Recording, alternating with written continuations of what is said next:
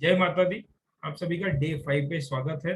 चैत्र नवरात्रि के 5वें दिन पे आप सभी का स्वागत है। नवरात्रि के 4 दिन बीत गए। जिनके उपवास चल रहे हैं मैं उनसे रिक्वेस्ट करूंगा, उपवास अगर कर रहे हैं तो don't take it as a hit on your health. अगर अगर आप किसी से कोई हेल्थ से आप कोई हेल्थ रिलेटेड इश्यू से आप गुजर रहे हैं तो उपवास ना करिए। माता जी ने कहीं पे भी हमें ये नहीं कहा कि आप उपवास करके ही ये पूरे 9 के 10 दिन आपको उपवास करना है।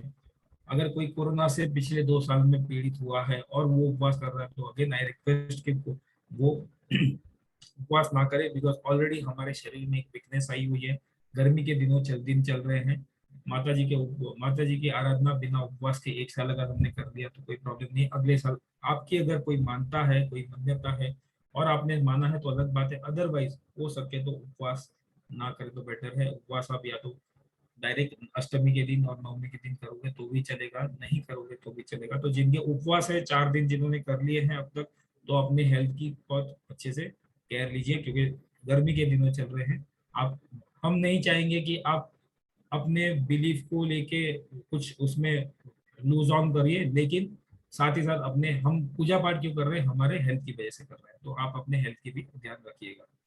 5वें दिन की बात करें तो 5वां दिन स्कंद माता जी का हम आराधना करते हैं। माता पार्वती के रूप का 5वां रूप है स्कंद माता। स्कंद माता का मतलब होता है जो कार्तिकेय जी जो माता थी, जिनके साउथ में जो तो अपने जैसे शिव जी के दूसरे पुत्र कार्तिकेय की और उनकी माता, तो उनके हिसाब उनका नाम स्कंद साउथ में एक अलग नाम से भी जाना जाता है स्कंद। तो स्कंद माता यानी कि स्कंद यानी कार्तिकेय मुरुगन, जिनको साउथ में और डिटेल में जो लोग जानते हैं तो मुरुगन की माता यानी कि स्कंद माता के रूप में से 5th day of Chaitra Navratri को हम इनको पूजते हैं।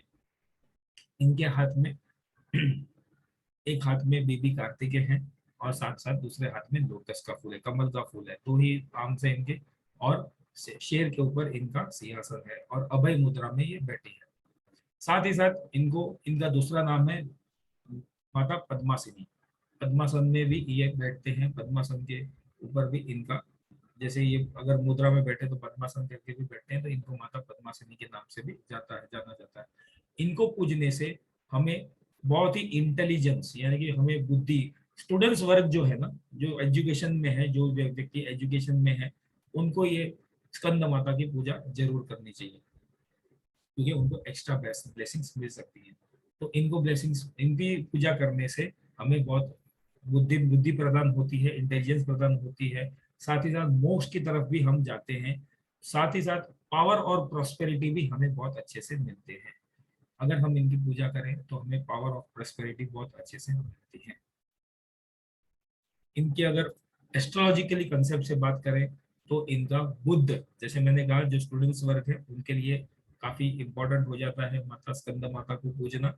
तो सेम एस्ट्रोलॉजी में भी हम बोलते हैं जैसे बुद्ध ग्रह से इनका सीधा सीधा कनेक्शन बनता है, यानी कि इनके ऊपर इनका प्रभुत्व रहता है। इनको पूजने से जिन भी कुंडली में बुद्ध के सही इफेक्ट्स नहीं मिल रहे या बुरे प्रभाव बुद्ध ग्रह के पड़ रहे हैं तो उनको स्कंद माता की आराधना करनी चाहिए। मंत्र की अगर बात करें तो ओम देवी स्कंद माताय नमः, ओम देवी स्कंद माताय नमः, ओम देवी स्कंद माताय नमः। इस मंत्र का जाप आपको 108 बार यानी कि एक माला कम से कम करनी है। स्तुति की अगर बात करें तो या देवी सर्वभूतेषु मां स्कंद माता रूपेण संस्थिता, नमस्तस्यै नमस्तस्यै नमस्तस्यै नमो नमः। इस स्तुति को आपको करना है। साथ ही साथ same other rituals remain same. इस दिन की अगर मुहूर्त की बात करें तो 7:30 टू 10:30 तक का मुहूर्त है। इस 3 घंटे में आप अपनी पूजा कर सकते हैं, उसके बाद भी कर सकते हैं, बट ये 3 घंटे का मुहूर्त काफी ऑस्पिशियस है। साथ ही साथ आप माता जी को भोग लगा सकते हैं, सुबह शाम घी का दीपक लगाए। वास्तु के हिसाब से कहें तो इसको अगेन नॉर्थ जो बुद्ध का है, तो again north of year vastu is more important. आपको अगर वास्तु के अगर कोई दोष है तो नॉर्थ के दिशा में आप अपने घी का दीपक रख सकते हैं।